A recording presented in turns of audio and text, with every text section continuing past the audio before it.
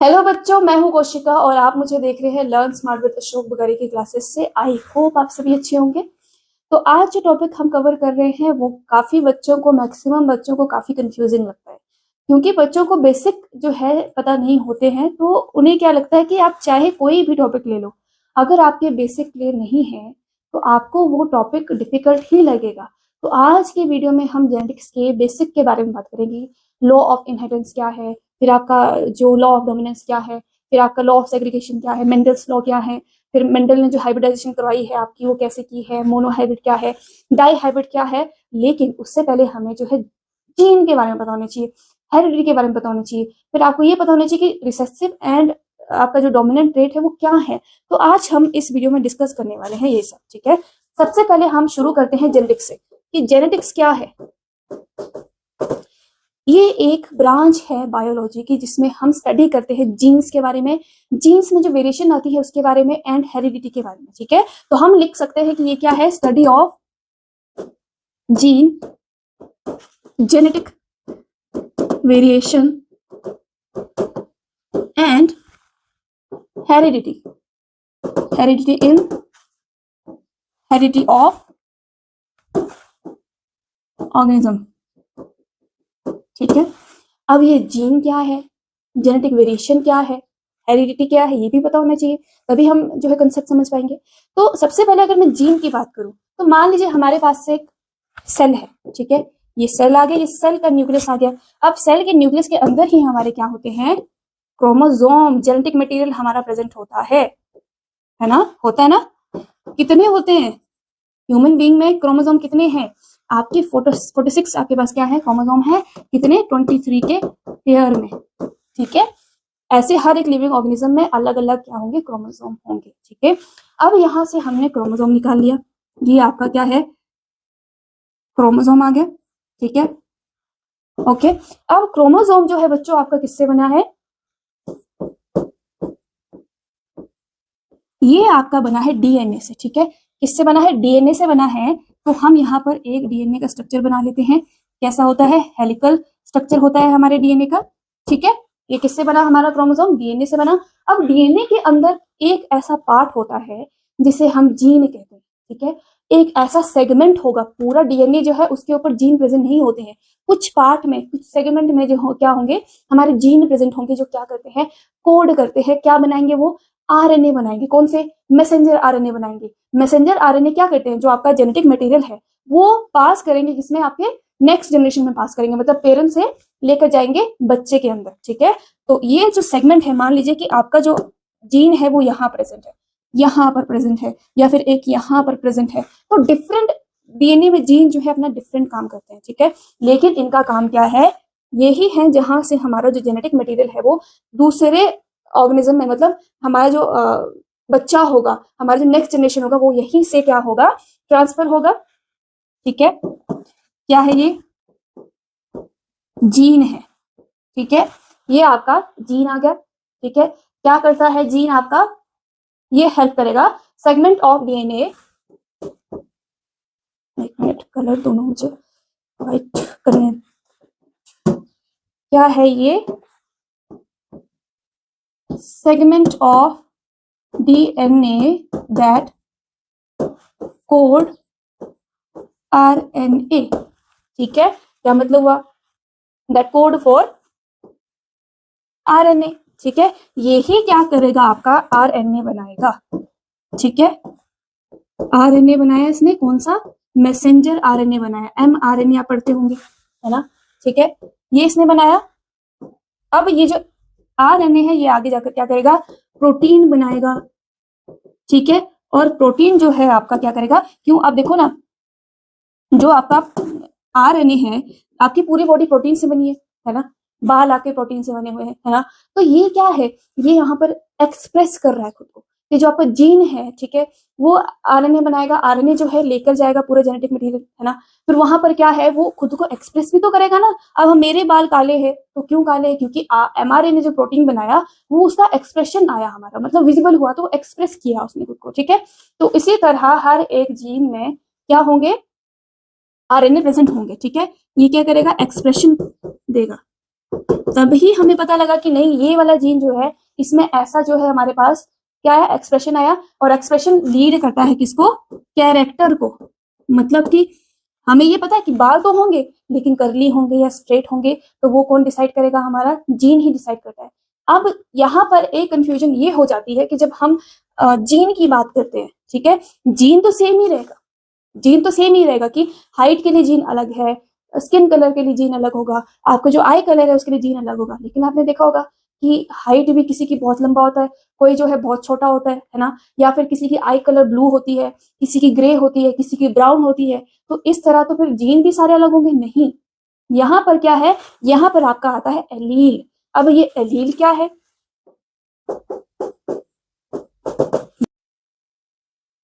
मान लीजिए कि हमने एक जीन ले लिया, ठीक है, कैरेक्टर ले लिया, कि हमने देखा कि आई कलर हम ले लेते हैं, ठीक है, आई कलर का हमने क्या लिया, जीन लिया, ठीक है,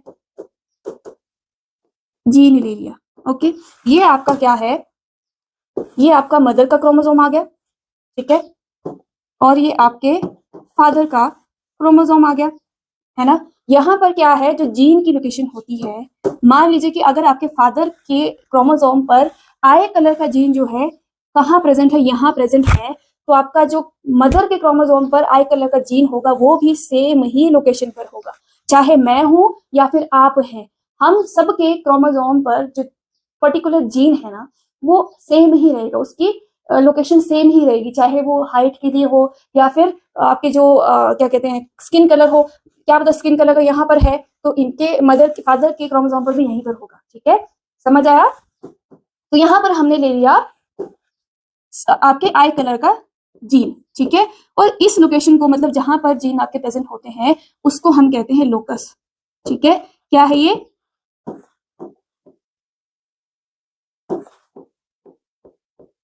लोकस, जीन लोकेशन, ठीक है।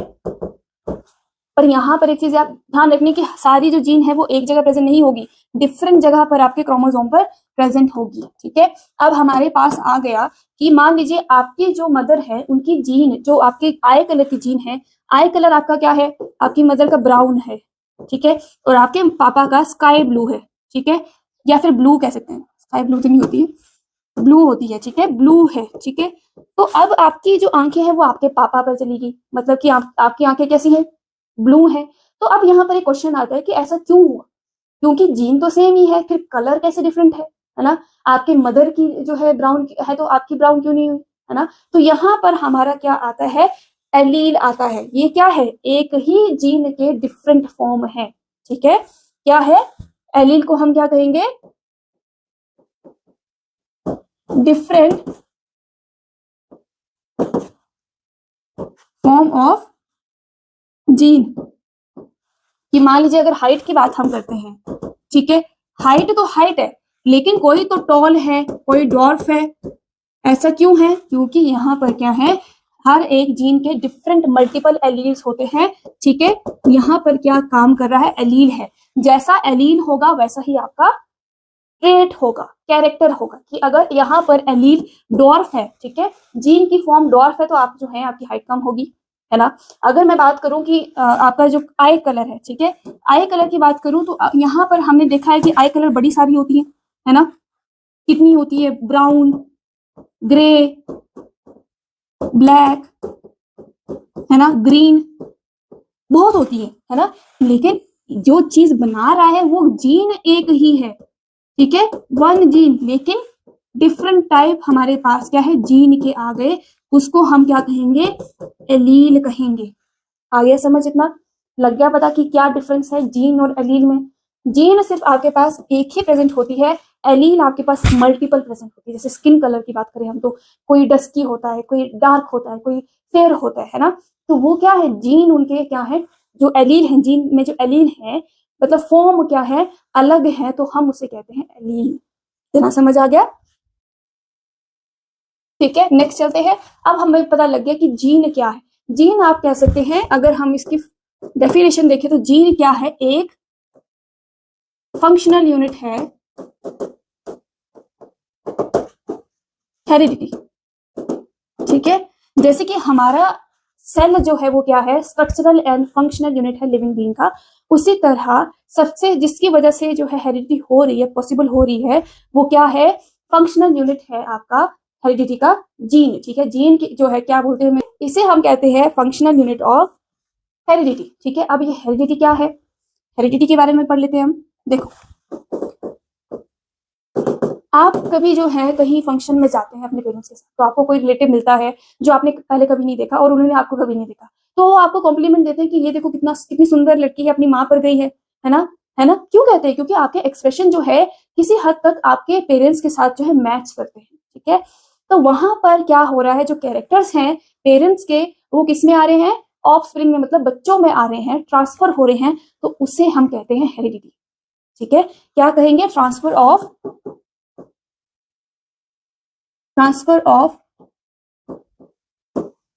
कैरेक्टर्स फ्रॉम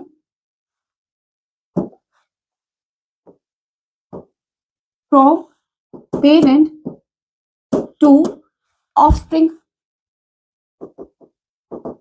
यहां क्या हो रहा है, जो पेरेंट है वहां से आपके कैरेक्टर गए किसमें, नेक्स्ट जनरेशन में। ठीक है, जो कि क्या है, ऑफस्प्रिंग है।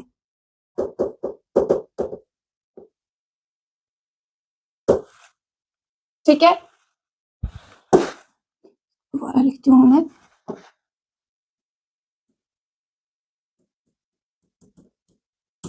ओके, तो इस चीज को हम क्या कहते हैं, हम कहते हैं हेरिडिटी। ठीक है, अब ये जो हेरिडिटी है, ये जो कैरेक्टर्स हमारे ट्रांसफर हो रहे हैं वो कैसे हो रहे हैं, तो यहां पर प्रोसेस आती है जिसे हम कहते हैं इनहेरिटेंस।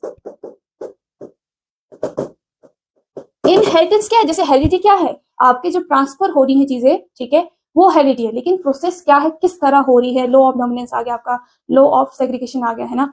तो किस तरह हो रही है, क्या प्रोसेस है, उसे हम क्या कहते हैं, इनहेरिटेंस कहते हैं। तो लिखो यहां पर, process of transferring characters from parents to offspring.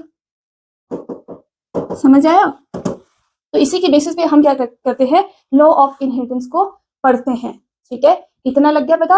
अब आपका जो हमने रिप्रोडक्शन पढ़ा था, ठीक है, ए सेक्सुअल एंड सेक्सुअल दोनों में क्या होता है, आपका हेरिडिटी होता है, मतलब कि कैरेक्टर जो है पास होते हैं। ठीक है, लेकिन आप अगर देखोगे, किसी प्लांट को देखोगे, आप मान लीजिए शुगर केन है, ठीक है, आप गन्ने को देखोगे तो गन्ना बिल्कुल सेम लगेगा एज किसकी तरह, अपने पेरेंट की तरह। लेकिन अगर आप एनिमल को देखोगे तो वहां पर आपको क्या है, थोड़ी सी डिफरेंस जो है आपको नजर आएगी, वो पूरी तरह अपने पेरेंट की तरह नहीं नजर आता। जैसे कि हम भी एनिमल्स है ना, तो हम में क्या है, हमें पूरी तरह से क्या है, दो कैरेक्टर्स नहीं आए, या फिर हम एक ही पेरेंट की तरह नहीं दिख रहे, कि मदर की तरह दिख रहे हैं या फिर फादर की तरह दिख रहे हैं। ऐसा क्यों है, क्योंकि सेक्सुअल रिप्रोडक्शन में क्या है, दो पेरेंट इन्वॉल्व होते हैं, तो वहां पर क्या है, दोनों के ट्रेट हमारे पास आएंगे, वहां से भी जीन आएंगे और वहां से भी जीन आएंगे, तो वहां पर क्या है, मिक्सचर आ रहा है ना। किसी की आपको आपके पेरेंट्स में आपका जो है, मान लीजिए किसी की आंखें आपके पेरेंट पे गई है, आपके पापा पे गई है, लेकिन बाल आपके मम्मा की तरह है ना, स्किन आपकी मम्मा की तरह, लेकिन आपके जो दांत है वो आपके पापा की तरह है। क्यों, क्योंकि वहां पर डिफरेंट दो लिविंग ऑर्गेनिज्म जो है अपने कैरेक्टर शेयर कर रहे हैं। ठीक है, तो यहाँ पर आता है हमारा वेरिएशन, क्योंकि अगर आप ए सेक्सुअल रिप्रोडक्शन को देखो ना, तो वहां पर क्या है, वहां पर सिंगल पेरेंट है, उसी के आपके पास क्या आ रहे हैं, बार बार वही जो है आपके पास स्ट्रेट आ रहे हैं, तो वहां पर आपको ज्यादा वेरिएशन नजर नहीं आएगी, लेकिन फिर भी आती है। ठीक है, तो इसी तरह हम ये कह सकते हैं कि ए सेक्सुअल एंड सेक्सुअल रिप्रोडक्शन दोनों में वेरिएशन होती है, लेकिन जो आपका सेक्सुअल रिप्रोडक्शन है उसमें सबसे ज्यादा वेरिएशन आपको नजर आएगी। ठीक है,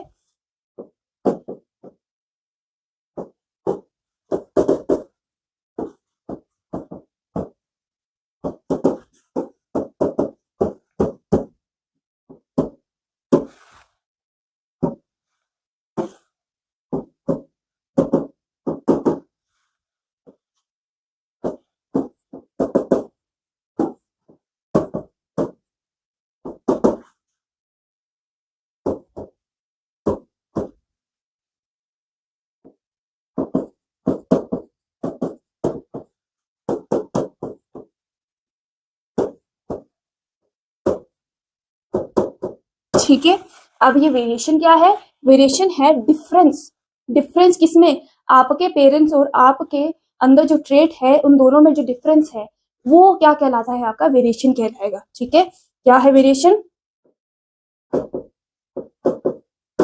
difference between parents and difference between parents and offspring characters।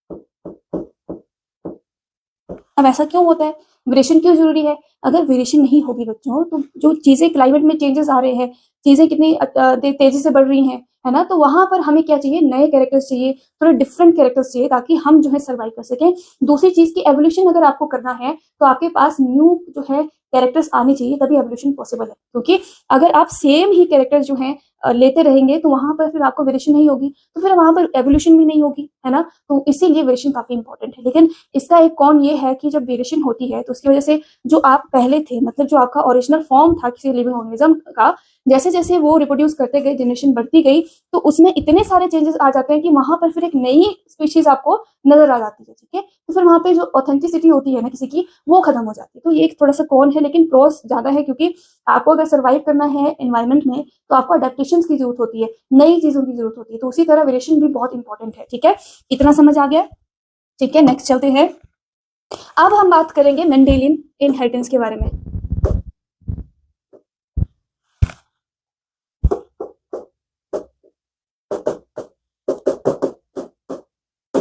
इन्होंने किस तरह से मेंडेलियन क्या है, जो आपके जॉर्ज मेंडल है, ग्रेगोर मेंडल है, सॉरी, ग्रेगोर मेंडल जो है, उन्होंने पूरा जो आपका कंसेप्ट है जेनेटिक्स का वो किसने दिया है? मेंडल ने दिया है। और इन्हें हम क्या कहते हैं? Father of genetics. आज जो हम जेनेटिक्स पढ़ रहे हैं वो किसकी वजह से है? हमारे मेंडल की वजह से है। इन्होंने कम से कम 7 साल जो है आपके जो गार्डन पी है उसके ऊपर एक्सपेरिमेंट किया था। कौन सा एक्सपेरिमेंट किया था? आपका हाइब्रिडाइजेशन। हाइब्रिडाइजेशन एक्सपेरिमेंट किया था। कब से कब किया था? ये आपका किया था 1858 से 1863, यहां तक इन्होंने क्या किया? एक्सपेरिमेंट किया था। किसके ऊपर? गार्डन पी के ऊपर। ठीक है, और यहां से ये पता लगा था कि जो प्लांट है या फिर जो लिविंग ऑर्गेनिज्म है वो कुछ ना कुछ जो है वेरिएशन शो करते हैं। जेनेटिक्स कैसी होती है, हेरिडिटी कैसी होती है, तो यहां से इन्हें पता लगा था। ठीक है, लेकिन जब इन्होंने एक्सपेरिमेंट किया ना बच्चों, तो जो इन्हें जो पोजीशन मिलनी चाहिए थे, इन्हें जो रिकॉग्नाइजेशन मिलनी चाहिए थी, वो नहीं मिली थी, क्योंकि ये जो थे वो बायोलॉजिस्ट नहीं थे। ठीक है, ये क्या है? एक मोनिस्ट्री से इन्होंने अपनी एजुकेशन ली, वहीं पर पढ़ाने लगे ये। ठीक है, वहीं पर प्रीस्ट कह सकते हैं, वो लगे वहां पर। इन्होंने कई बार जो है एग्जाम्स दिए लेकिन फेल हो गए, है ना। लेकिन ये काफी रुचि रखते थे प्लांट्स में। ठीक है, तो यहाँ पर क्या है, फिर इनको जो है आइडिया आया कि मैं जो है एक्सपेरिमेंट करता हूँ हाइब्रिडाइजेशन के ऊपर। ठीक है, तो उस टाइम पर उन्होंने गार्डन बी को चुना। ठीक है, तो उस टाइम तक जो है इनके जो इन्होंने जो काम किया था कि मैंने जो है अपना बताया कि जेनेटिक्स कैसे होती है, हेरिडिटी कैसे हो रही है, तो वो जो है रिकॉग्नाइज नहीं हुआ था। लेकिन तो 1900 में क्या हुआ? Mendel's work was rediscovered by Hugo de Veres and जो आपका श्मार्क है,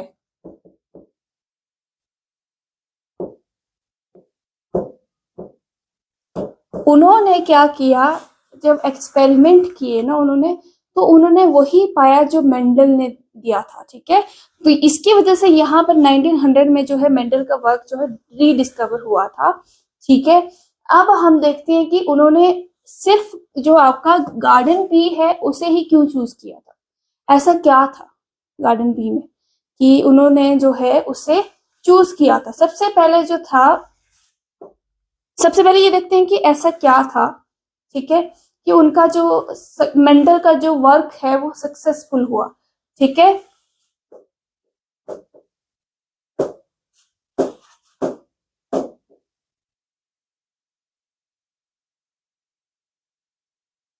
किस वजह से हुई थी? सबसे पहले जो उनके पास सैंपल्स थे वो काफी ज्यादा थे, ठीक है, लार्ज सैंपल थे, ठीक है। फिर उसके बाद जो है उन्होंने, क्योंकि वो मैथमेटिशियंस भी थे, ठीक है, तो उन्होंने स्टैट यूज किए, जो है अपने डाटा को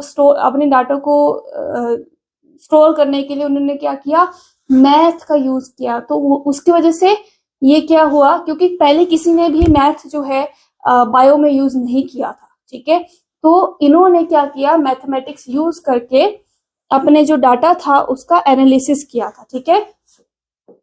use of stat for data analysis, ठीक है। तीसरी चीज की जो उन्होंने प्लांट लिया था, जो आपका गार्डन पी है, उसके अंदर कॉन्ट्रास्टिंग ट्रेट थे, मतलब कि डिफरेंट जो हमें जो है कैरेक्टर्स नजर आ रहे थे, ठीक है। जैसे कि एक प्लांट है उसमें आपको सभी चीजें सेम नजर आएगी, लेकिन ग्रीन आपके पास गार्डन पी था उसके अंदर काफी कॉन्ट्रास्टिंग कैरेक्टर्स थे, मतलब एक दूसरे से काफी डिफरेंट थे। तो उसके वजह से उनका जो काम है वो सक्सेसफुल हुआ, ठीक है। क्या आया, कॉन्ट्रास्टिंग ट्रेट्स। जैसे कि कोई प्लांट जो था टॉल था, कोई प्लांट काफी डॉर्फ था, ठीक है, थे वो पी प्लांट, लेकिन उनमें जो कैरेक्टर्स थे वो काफी डिफरेंट थे, ठीक है। तो इसी वजह से क्या हुआ, मेंडल का जो काम है वो सक्सेसफुल हुआ, ठीक है। अब हम देखते हैं कि मेंडल ने सिर्फ गार्डन पी ही क्यों चूज की।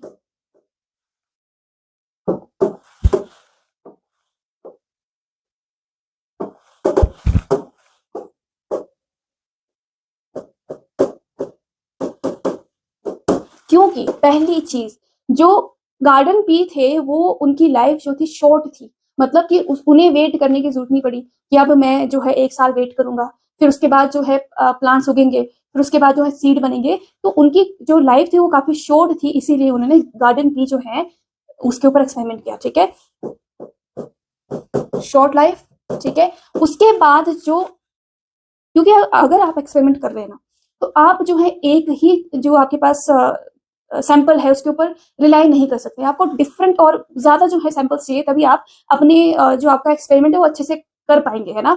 तो आपके पास जो गार्डन पी होता है वहां पर कई सारे, जो आपने देखे होंगे कि मटर के दाने लगते हैं, बड़े सारे लगते हैं, तो वहां पर क्या है, उनके पास ट्रेड को, जो उनके जो ट्रेड थे उन्हें स्टडी करने के लिए काफी सारे ऑफस्प्रिंग थे। तो यहाँ पर हम लिख सकते हैं कि many offsprings to study traits, ठीक है। तीसरी चीज की मैंने बताया ना कि किसी की हाइट कम थी, किसी की ज्यादा थी, तो किसी के फ्लावर वाइट थे, किसी के कैसे थे, आपके पास वॉयलेट थे, तो वहां पर क्या है, कंट्रास्टिंग हमारे पास स्टेट जो है प्लांट में नजर आ रहे। तो हम यहाँ लिख सकते हैं कि विजिबल कंट्रास्टिंग ट्रेट्स, या फिर कैरेक्टर्स आप कह सकते हैं, ठीक है, ओके। फिर चौथी चीज की जो सीड डोरमेंसी थी, सीड डोरमेंसी का क्या मतलब है, जहां पर सीड जो है काफी टाइम बाद जो है जर्मिनेट होता है, वो थोड़ा सा ब्रेक लेता है। तो यहाँ पर जो मेंडल थे उनको जो है ज्यादा जो सीड डोरमेंसी है उसका वेट नहीं करना पड़ा, सीड जर्मिनेट होने का वेट नहीं करना पड़ा, क्योंकि यहाँ पर बहुत ही कम जो है सीड डोरमेंसी थी। तो हम यहाँ लिख सकते हैं कि यहाँ पर क्या है, मिनिमम, ठीक है, minimum seed dormancy, okay.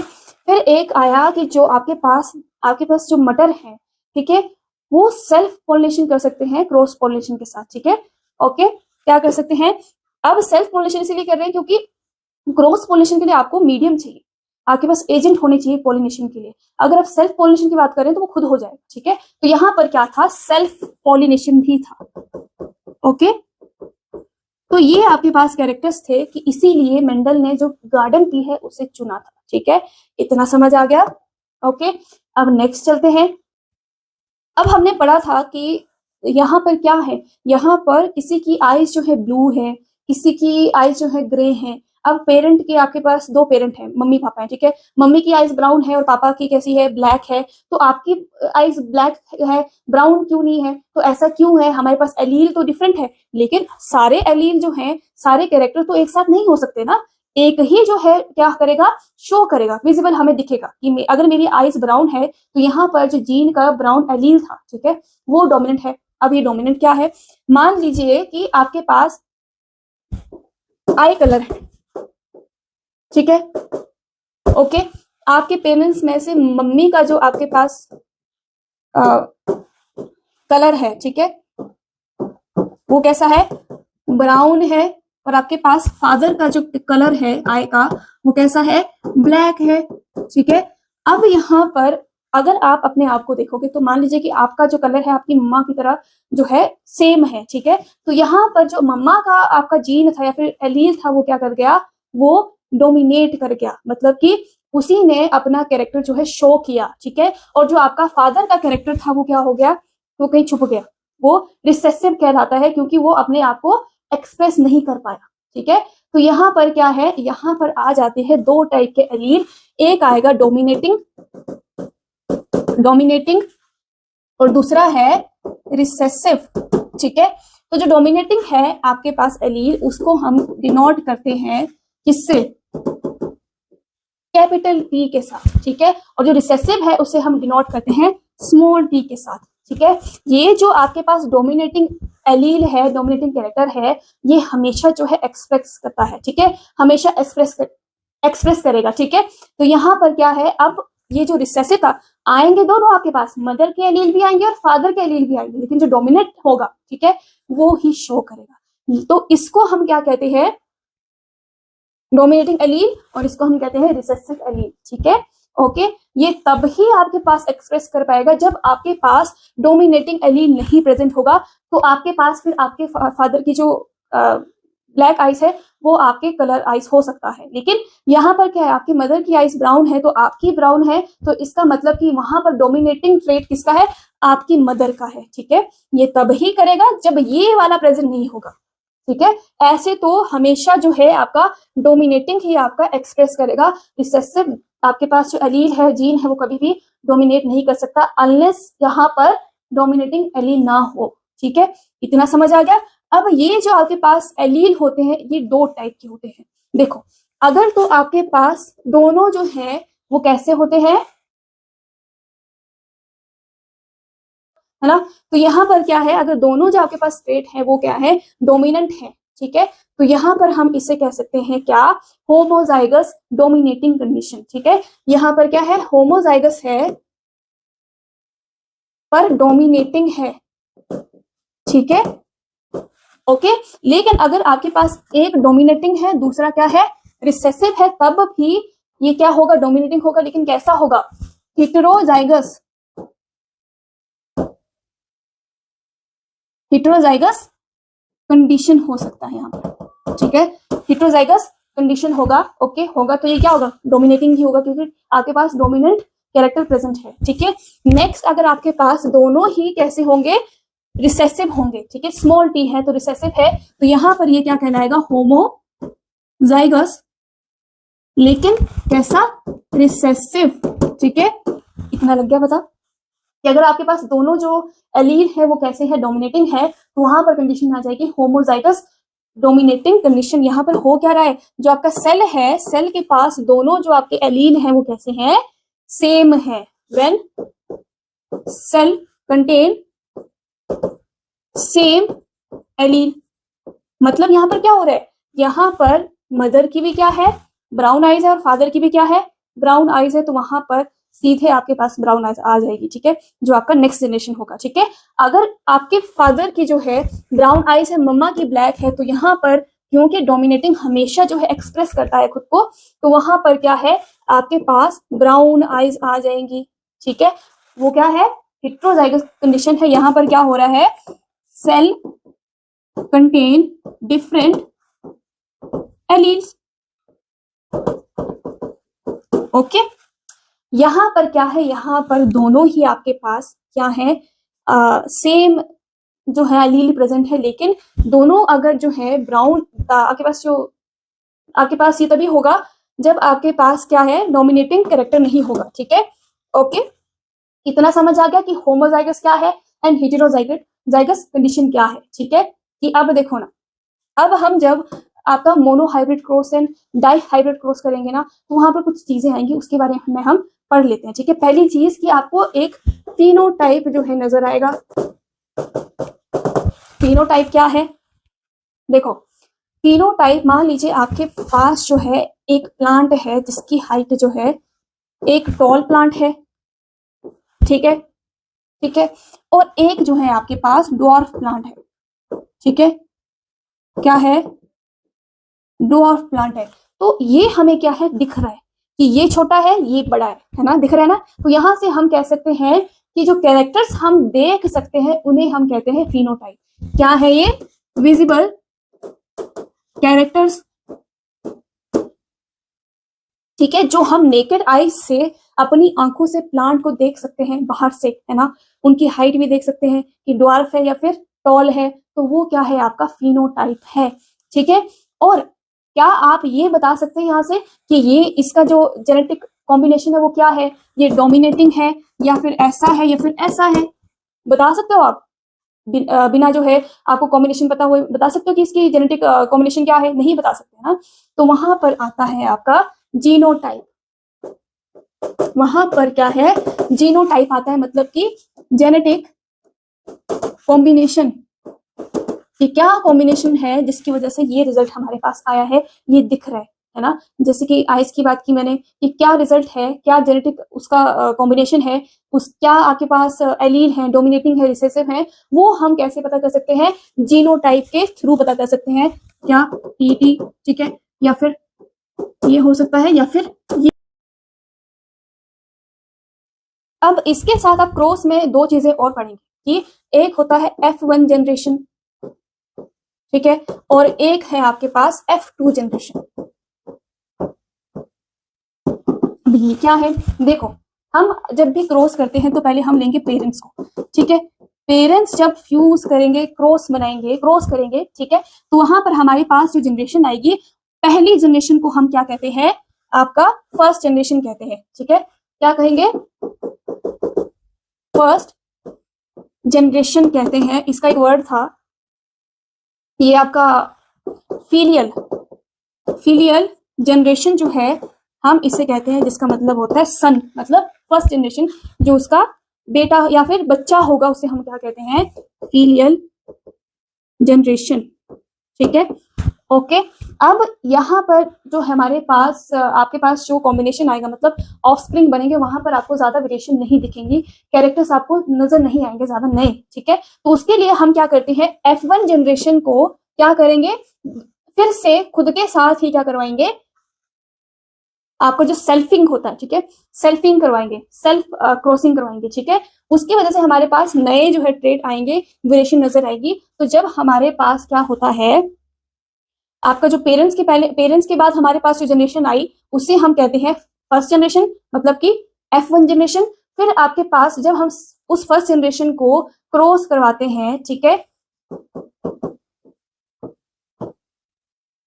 F1 generation self crossing, ठीक है, क्या है, सेल्फ क्रॉसिंग होगी, ठीक है, जिसको हम कहते हैं सेल्फिंग, ठीक है। उसके बाद जो हमारे पास जनरेशन आती है उसे हम कहते हैं F2 जनरेशन, समझ आया, फिलियल 2 जनरेशन आएगा, ठीक है, इतना समझ आ गया आपको, ठीक है। तो इसके बाद हम करने वाले हैं मोनोहाइब्रिड एंड आपका जो डाई हाइब्रिड है, डाई हाइब्रिड क्रॉस, ठीक है। अब इसमें क्या डिफरेंस है, मोनोहाइब्रिड का मतलब है कि हम सिर्फ स्टडी करते हैं वन कैरेक्टर को, one character eight one time, ठीक है। और डाई हाइब्रिड का मतलब है यहां पर मल्टीपल, हम क्या करेंगे, कैरेक्टर स्टडी करेंगे एट वन टाइम, ठीक है। जैसे कि यहां पर हम सिर्फ हाइट की बात करेंगे कि हाइट जो है कैसी है एक प्लांट की, ठीक है। फिर हम जो है जनरली गार्डन बी की ही करवाएंगे, ठीक है यहाँ पर, ठीक है। फिर क्या है, जो आपके पास डाई हाइब्रिड क्रॉस है, वहां पर क्या होगा, मान लीजिए कि हम कर रहे हैं सीड के बारे में, तो सीड का जो है कलर भी हम स्टडी करेंगे, और साथ में जो साइज है या शेप है आपकी, वो भी स्टडी करेंगे, ठीक है। अब जब मेंडल ने गार्डन की जो स्टडी की थी, तो वहां पर कॉन्ट्रास्टिंग ट्रेट हमें नजर आए थे, ठीक है। तो वो कॉन्ट्रास्टिंग ट्रेट क्या थे वो हम देख लेते हैं, ठीक है। पहली तो हम लिखते हैं कि अगर कैरेक्टर है तो कौन से होंगे, हाइट आ गया, ठीक है। फिर उन्होंने देखा था कि सीड की शेप, ठीक है। फिर साइज, आपका जो कलर है, ठीक है। फिर आपका जो पोड है, जो फली होती है जिसके अंदर मटर के दाने होते हैं, वो कैसा है, शेप कैसा है और कलर कैसा है, वो देखा, ठीक है। फिर आपका जो फ्लावर है, फ्लावर का पोजीशन एंड कलर क्या है वो देखेंगे, ठीक है। इतने जो चार कैरेक्टर्स हमने देखे थे, वो क्या थे, पहला हाइट, तो देख लेते हैं यहाँ पर कि आपका जो डोमिनेटिंग कैरेक्टर होगा, ठीक है, डोमिनेटिंग कैरेक्टर क्या होगा, कि अगर डोमिनेटिंग है तो कैसा होगा, अगर रिसेसिव है तो कैसा होगा, ठीक है, ठीक है। देखो, अगर हम डोमिनेटिंग कैरेक्टर की बात कर रहे हैं तो हाइट कैसी होगी, ये आपका टॉल होगा, ठीक है। अगर रिसेसिव ट्रेट की बात कर रहे हैं हम, तो वो क्या होगा, ड्वार्फ होगा, ठीक है। सीड शेप की हम अगर बात करें तो यहाँ पर राउंड जो है आपकी शेप होगी, ठीक है। और कलर जो है येलो आपका क्या है, डोमिनेटिंग है। ये चीज आपने ध्यान रखनी है कि ग्रीन जो पी है वो आपका क्या है, रिसेसिव कैरेक्टर है, यहाँ पर कलर क्या होगा, येलो होगा, ठीक है। और अगर रिसेसिव की बात करें तो यहाँ पर रिंकल्ड जो आपके पास क्या होंगे, अगर पी है तो वो क्या है, रिसेसिव है और साथ में ग्रीन है, ठीक है। तो हम जो है, जो हम यूज करते हैं पी, वहां पर क्या है, क्योंकि ग्रीन ही यूज करते हैं ना मोस्टली, ग्रीन जो मटर के दाने होते हैं वो यूज करते हैं, वहां पर क्या है, ब्रीडिंग हुई है, ठीक है। तो है, लेकिन वो क्या आपका रिसेसिव ट्रेट है, ठीक है। अब हम बात करते हैं कि पोड शेप कैसा होगा, जिसके अंदर आपके सीड प्रेजेंट होते हैं, वो कैसा है आपका, कैसा होगा वो, जो इनफ्लेटेड होगा, मतलब कि फूला हुआ, ठीक है। और कैसा कलर होगा, ग्रीन, ठीक है। और अगर मैं रिसेसिव की बात करूं तो यहाँ पर आपके पास कैसा होगा, कंस्ट्रक्टेड होगा, ठीक है, मतलब कि सुकड़ा हुआ होगा एंड येलो होगा, ठीक है। अब हम फ्लावर की बात करें ना बच्चों, तो यहाँ पर आपके अगर फ्लावर जो है साइड में प्रेजेंट है, एक्सेल पर है, ठीक है, यहाँ पर आपके फ्लावर हैं, तो ये जो है आपका क्या है, डोमिनेटिंग होगा, ठीक है। और किस कलर का होगा, वॉयलेट होगा, तो डोमिनेटिंग ट्रेट है, ठीक है। और अगर आपके पास रिसेसिव है तो जो आपका क्या कहते हैं, टर्मिनल होता है, वहां पर आपके पास क्या है, आपके फ्लावर प्रेजेंट होंगे और कैसा होगा, व्हाइट होगा, ठीक है। तो ये जो है मेंडल ने देखे थे कैरेक्टर्स, इसकी बेसिस पे उन्होंने हेरिडिटी के बारे में देखा था कि कौन से ट्रेट जो है डोमिनेटिंग है, रिसेसिव है। और नेक्स्ट सेशन में हम बच्चों आपका monohybrid and dihybrid जो प्रोसेस है, फिर आपका पुनेट स्क्वायर है, वो डिस्कस करेंगे कैसे करते हैं, साथ में हम लॉ ऑफ डोमिनेंस करेंगे, लॉ ऑफ सेग्रीगेशन करेंगे, ठीक है। ये सब अब हम नेक्स्ट सेशन में करेंगे, ठीक है, वहां पर हम सब डिस्कस करेंगे अच्छे से। तो अगर आपको ये वीडियो अच्छी लगी हो तो लाइक करना ना भूलें, चैनल को सब्सक्राइब करना ना भूलें, और अगर आपको कोई भी डाउट है तो कमेंट करना ना भूलें। किसी भी आपके पास कोई भी टॉपिक हो बायो का, तो वो आप मुझे कमेंट करके बता सकते हैं, मैं आपको वीडियो प्रोवाइड कर दूंगी। और साथ में हमारी जो ऐप है लर्न स्मार्ट विद अशोक बकारिया, उसे भी इंस्टॉल कर लीजिए, वहां पर आपको स्टडी मटेरियल मिल जाएगा, टेस्ट सीरीज मिल जाएंगी, नीट की हो या फिर आप किसी भी एग्जाम्स के लिए प्रिपेयर कर रहे हैं, वहां पर हम 50 MCQs का टेस्ट लेते हैं, या फिर आपके जो प्रीवियस ईयर क्वेश्चंस है वो देते हैं, ताकि आप खुद जो है खुद को इवैल्यूएट कर सको, अच्छे से प्रैक्टिस कर सको, ठीक है। तो आज के लिए इतना ही, मिलते हैं नई वीडियो के साथ, थैंक यू।